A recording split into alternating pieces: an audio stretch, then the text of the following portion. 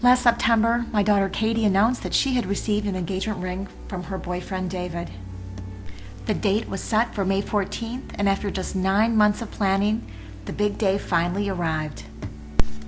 And I speak with no bias when I say that my Katie was a beautiful bride, and she had a picture-perfect wedding.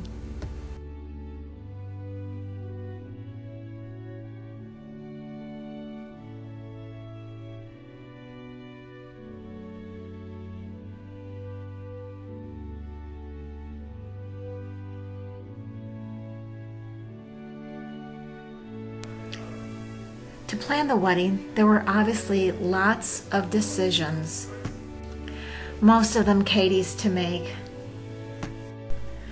But one decision was mine, the wording for the first line of the wedding invitation. What seemed like an obvious choice, Timothy and Elizabeth Brotman request the honor of your presence, was automatically rejected as too informal by the stationary police. People. Their proposed alternative, though, was completely unacceptable. Mr. and Mrs. Timothy A. Brotman request the honor of your presence. Please. That was too outdated for the likes of me. A more current option is, together with their parents, Kathleen Rose Brotman and David John Hodgkins request the honor of your presence. But this approach didn't work for us because of the subtext of the phrasing. Who knew that invitations could even have a subtext? Mr. and Mrs. Timothy and Elizabeth Brotman seemed like the most viable option. It was formal, and it included both of our first names. Plus, my sister had used the same phrasing when her daughter was married a year ago. Then I had a conversation with my BFF, Nancy Parshall, who's typically characterized as perky and positive. Mr. and Mrs. Timothy and Elizabeth Brotman is my least favorite option, she lamented.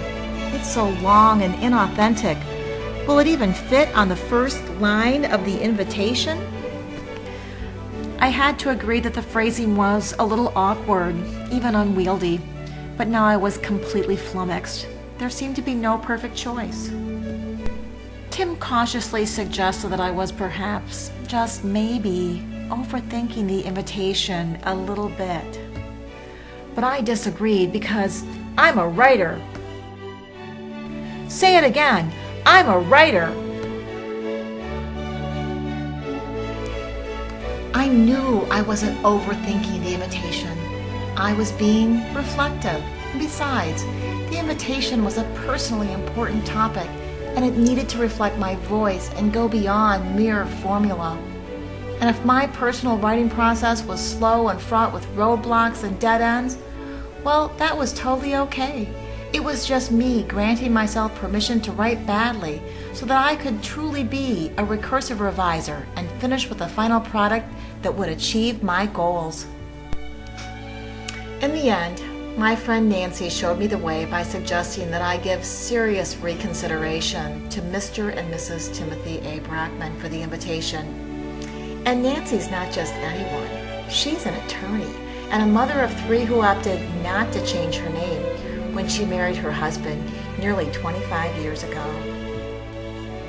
Nancy's encouragement helped, and it prompted me to think about the invitation in a new way. As a genre. Yes, as a genre, my favorite element of Spag M.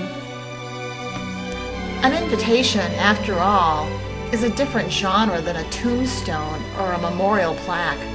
Mr. and Mrs. Timothy A. Brotman wouldn't be carved on marble or stone in perpetuity with the general public as audience.